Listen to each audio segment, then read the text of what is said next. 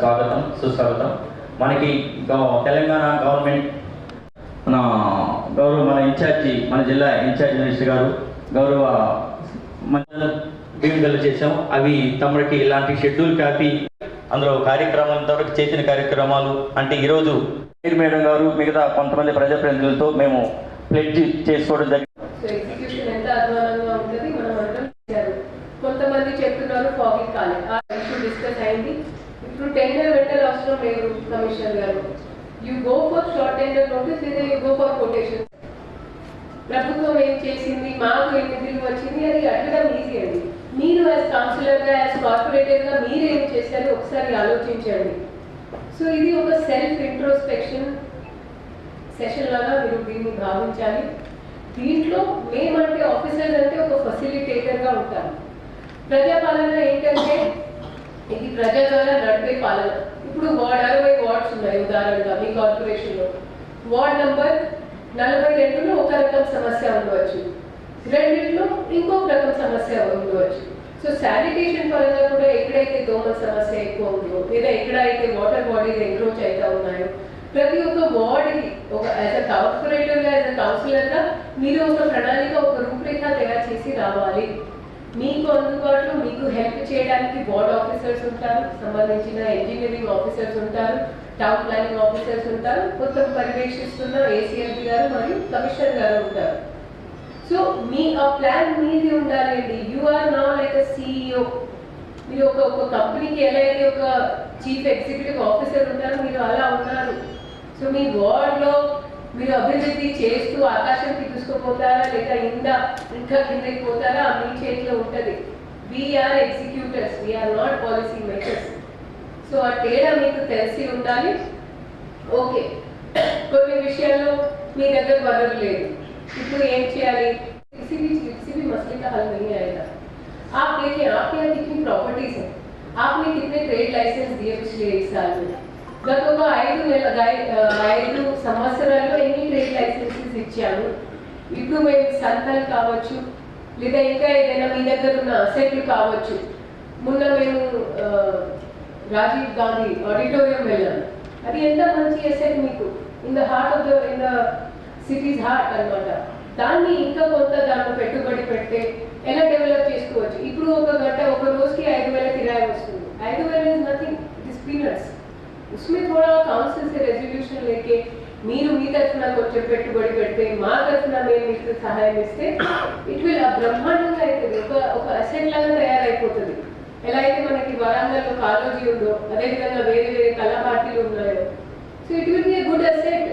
అది జస్ట్ కార్పొరేటర్కి ఆ వార్డ్కి ఆ డివిజన్కి పనికి రాదండి. ఇట్ విల్ బి మొత్తం నిజామాబాద్ టౌన్కి కార్పొరేషన్కి ఒక మంచి అసెట్ తయారైపోతుంది. సో ఈ ఆలోచన ఉండాలి. మేము ఎక్కడ వెళ్తే సరే ఆ పదం నేను వాడను, क्या कहाँ से क्या निकालने वो नहीं. द आइडिया शुड बी आप वहाँ क्या कर सकते, మీరు ఏం చేయగలుగుతారు. మీరు ఒక నెలలో ఒక 2 నెలల్లో క్రాంతికి తీసుకురండి, 99 రోజుల్లో క్రాంతి తీసుకురండి అనేది మేము ఎక్స్పెక్ట్ చేయట్లేదు, ప్రభుత్వం కూడా మీతో అనుకోవట్లేదు. బట్ మీకు తెలిసి ఉండాలి, ఓకే ఇది నా రూట్ మ్యాప్. మీరు ఇక్కడ నుంచి హైదరాబాద్ డ్రైవింగ్కి పోతారు కార్పొరేటర్స్ కౌన్సిలర్స్, మీకు దారి తెలిసి ఉంటుంది కదా, లేదా ఎక్కడో టర్న్ వచ్చి అక్కడికి పోతారు. You know where you have to go. మీకు మీ ప్రయాణం కంటే మీ గమ్యం ముఖ్యమండి.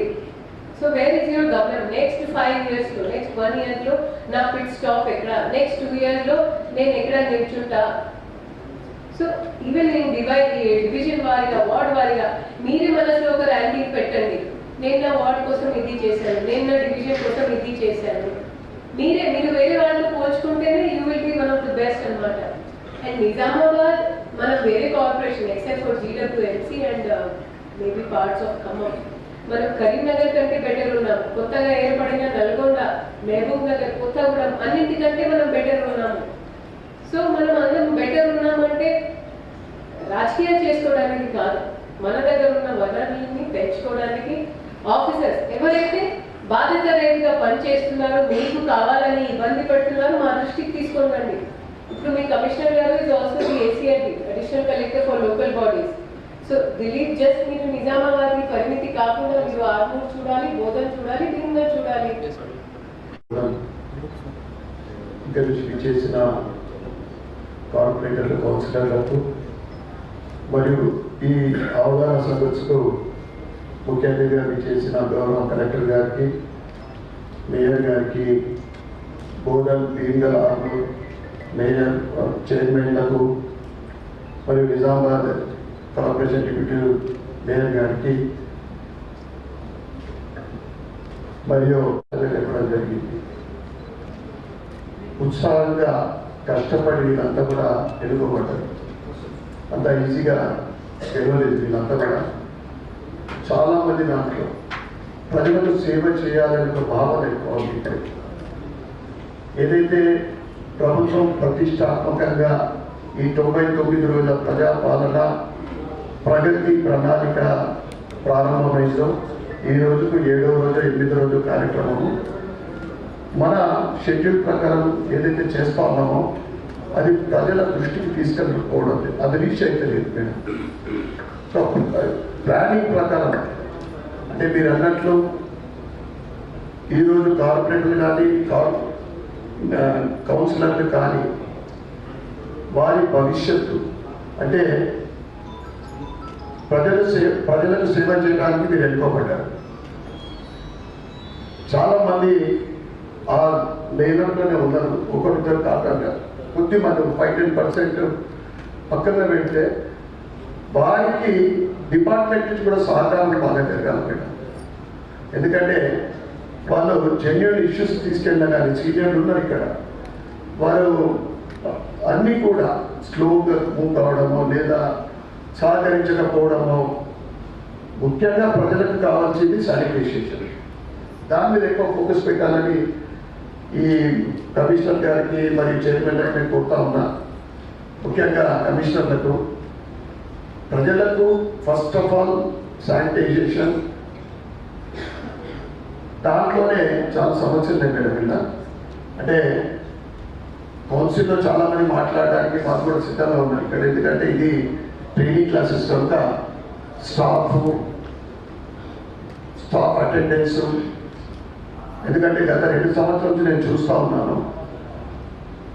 మేడం చెప్పినట్లు is the major corporation, but lot of issues ఇక్కడ ఉన్నాయి మేడం. వాటిపైన దృష్టి పెడితే బాగుంటుంది.